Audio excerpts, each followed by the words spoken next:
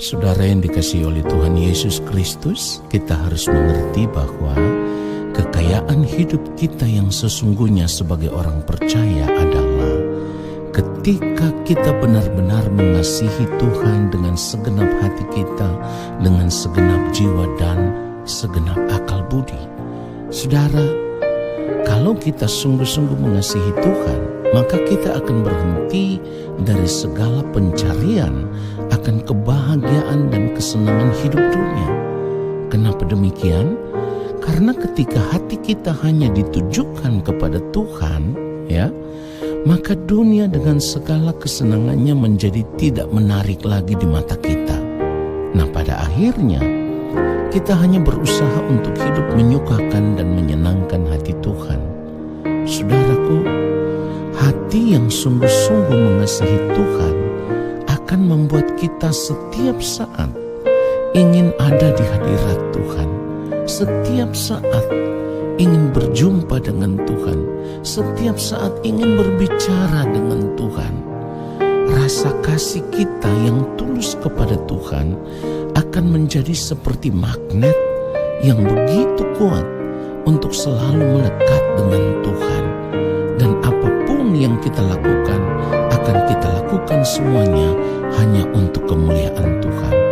Namun tentu hal ini memang sulit untuk dijelaskan secara lengkap. Bahkan tidak akan pernah bisa dimengerti kalau kita tidak benar-benar mengalaminya sendiri. Nah, saudaraku, orang percaya yang mengalami akan hal ini atau memiliki pengalaman hidup seperti ini, maka sesungguhnya ia sudah menemukan kekayaan hidup yang sejati. Kita harus menyadari bahwa seseorang tidak akan bisa memiliki kehidupan kekal tanpa mengasihi Tuhan dengan benar. Sekali lagi, tanpa mengasihi Tuhan dengan benar. Sebab orang yang tidak mengasihi Tuhan secara benar, maka ia akan menjadi sampah abadi dan binasa dalam api kekal. Itulah yang harus kita ingat. Oleh sebab itu, saudaraku, kita tidak boleh merasa sudah memiliki anugerah hanya karena kita merasa sudah percaya kepada Tuhan Yesus. Kita harus selalu ingat bahwa anugerah itu adalah tanggung jawab yang harus dikerjakan. Nah, firman Tuhan katakan, kerjakanlah keselamatanmu dengan takut dan gentar. Mengerjakan keselamatan yang benar harus dimulai dengan memiliki hati yang sungguh-sungguh mengasihi Tuhan lebih dari apapun.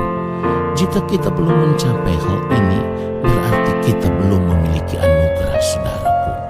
Ingat, Tuhan menebus kita supaya kita keluar dari cara hidup kita yang sia-sia. Seperti yang dikatakan di dalam 1 Petrus 1 ayat 17-18.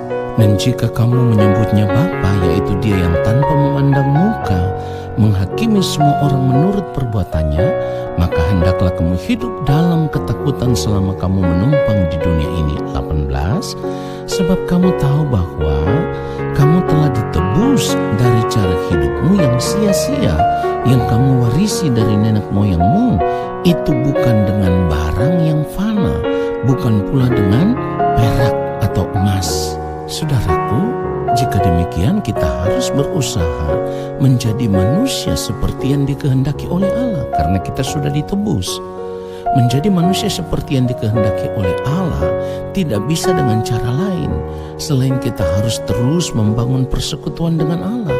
Dan ingat, bersekutu dengan Allah bukan supaya kita bisa memanfaatkan Tuhan untuk menjalani hidup ini dengan cara kita sendiri, tetapi kita harus menjadi pribadi yang mengasihi Tuhan dengan segenap hati kita, dengan segenap jiwa dan akal budi, sehingga apapun yang kita lakukan semuanya hanya untuk kepentingan Tuhan semata-mata. Saudara yang dikasihi oleh Tuhan Yesus Kristus, kalau kita tidak mengasihi Tuhan dengan segenap hati, jiwa dan akal budi, berarti kita tidak mengasihi diri kita sendiri. Hal ini sama artinya dengan kita sedang membinasakan diri kita sendiri. Nah, saudaraku, selama ini ada begitu banyak orang percaya yang mengasihi dirinya sendiri dengan cara yang salah, yaitu mereka selalu berusaha untuk mengasihi diri dengan berbagai perhiasan dan dengan fasilitas hidup, dan selalu berusaha menarik perhatian orang supaya orang lain bisa menghormati mereka. Tetapi cara hidup seperti ini justru akan mencelakakan diri mereka sendiri, saudaraku. Kalau kita tidak mengasihi diri kita sendiri secara benar, maka kita tidak akan dapat mengasihi sesama. Sebab untuk mengasihi orang lain dasarnya adalah dengan mengasihi diri kita sendiri secara benar dulu, saudaraku. Itulah sebabnya hukum kedua yang dikatakan sama dengan itu, yang tertulis di dalam Matius 22 ayat 37 sampai 40. Ayat 39 firman Tuhan katakan, dan hukum yang kedua yang sama dengan itu ialah, kasihilah sesamamu manusia seperti dirimu sendiri. Ingat saudaraku, tidak mengasihi sesama berarti kita menjadi pembunuh. Seorang pembunuh tidak mendapat bagian dalam kerajaan surga, dan tentu ini sangat mengerikan. Nah saudaraku, kita juga perlu ingat bahwa mengasihi Tuhan dengan segenap hati, jiwa, dan akal budi tidak cukup diwujudkan hanya dengan menjadi orang Kristen atau orang percaya, lalu kemudian menerima anugerah, lalu pasti masuk surga. Tetapi mengasihi Tuhan secara benar harus diwujudkan dengan cara hidup kita yang terus berubah dari cara hidup yang lama, lalu mengenakan hidup yang baru, yaitu hidup sama seperti Kristus telah hidup. Oleh sebab itu suasana jiwa kita harus mulai diubah, seperti yang dikatakan firman Tuhan dalam 1 Petrus 1 ayat 3 sampai ayatnya yang kelima, nanti saudara baca. Saudaraku, selanjutnya kita harus berusaha terus mengasah hati nurani kita supaya semakin murni, dan pada akhirnya kita bisa mengetahui apakah yang kita lakukan sudah benar-benar menyukakan dan menyenangkan hati Tuhan atau belum. Inilah kekayaan kita yang sejati.